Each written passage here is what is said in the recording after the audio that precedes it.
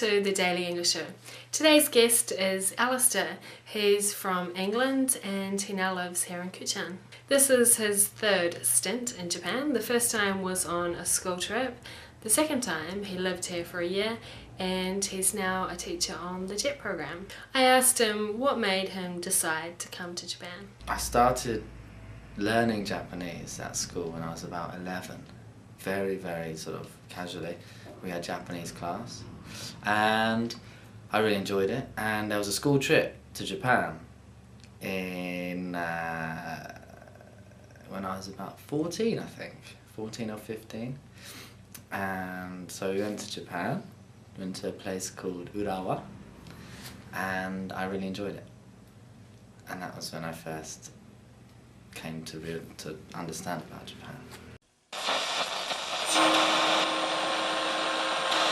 Kia ora, in Stick News today, an 81-year-old man shocked his family by waking up at his own wake. Recently, in a small Chilean village, the relatives of an 81-year-old man discovered his body limp and cold. They thought he was dead, so they called a funeral home rather than a doctor. The man was dressed in his finest suit, placed in a coffin, and his relatives gathered to bid him a final farewell. Then, suddenly, he woke up. The man said he wasn't in any pain and only asked for a glass of water. And that was Stick News for Monday, the 21st of January. Kia ora.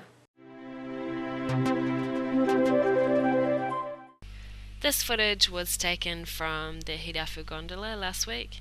These people are waiting to get on the gondola, and that lift over there is called Holiday Pier Lift Number 1. It's a new lift. As you can see, there is a mixture of skiers and snowboarders, maybe half and half.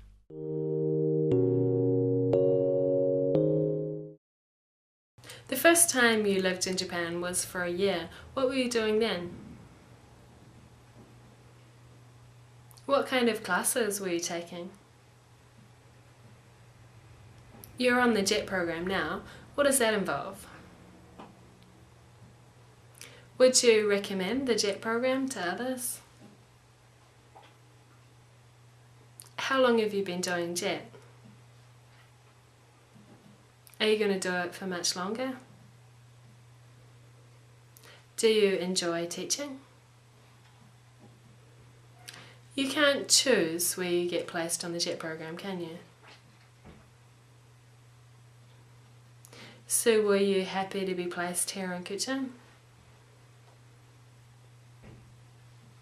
What advice do you have for people who are learning English?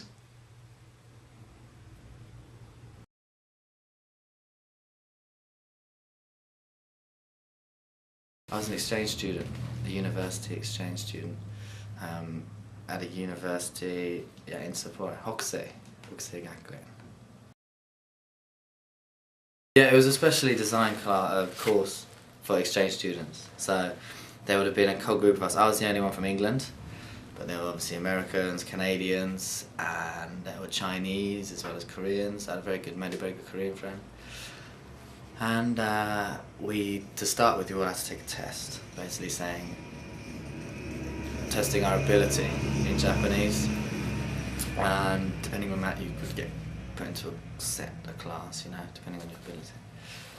So you'd study the year like that. But we had a few classes where we'd be joined by Japanese students, but the class would be in English. It wasn't so much we would join in the Japanese classes. My job in Kuchan is to teach junior high school students and elementary school students about England. I'm basically just in the classroom helping out teaching the English, and within that capacity, obviously cultural things come through and the students gain an understanding of life in Japan, in England. I would recommend the JET program simply because it allows you to take part in the community, because you're sponsored by, you're employed by the local government, and it's in their best interest for you to be as fully involved in local goings on as possible. So from that you can gain a huge amount of experience of life in Japan, and you can make many friends, and you also have a great opportunity to travel around Japan as well. I'm in my second year now, so I'm halfway through my second year, so 18 months about. Yeah. I'm not sure. I'm going to stay for a third year. This is for definite. I'm not sure if I'll get the nod for a fourth and fifth year. I do enjoy teaching. When I have the whole classroom to myself and I've designed the lesson plan and I've thought long and hard about the lesson and how I'm going to teach the material, I really do enjoy putting it into practice in the classroom in front of the kids and getting a response and seeing the kids pick it up or the students pick it up.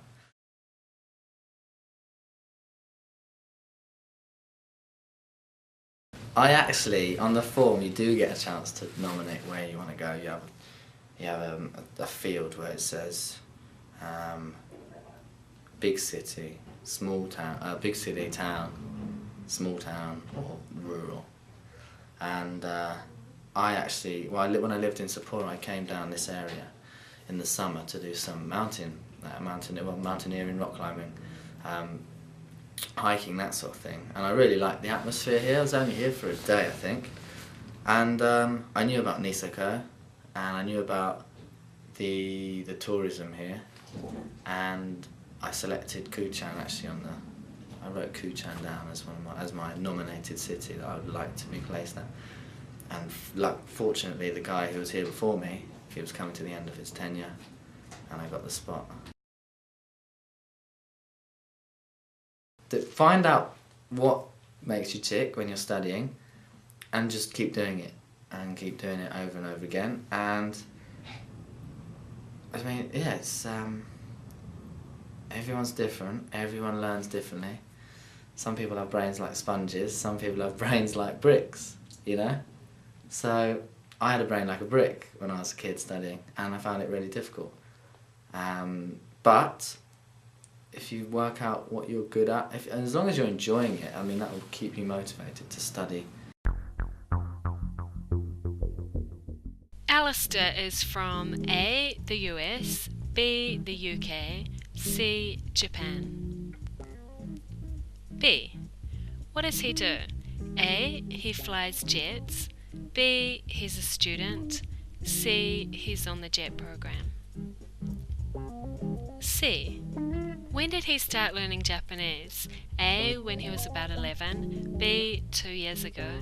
C. After he came to Japan. A. Was he happy to be placed in Kuchan? A. Yes. B. No. C. He's not sure. A. What advice does he have for people who are learning English? A. Find out what makes you tick. B. Use a timer when studying. C. Go on the JET program. A. And that was the Daily English Show. See you tomorrow. Bye.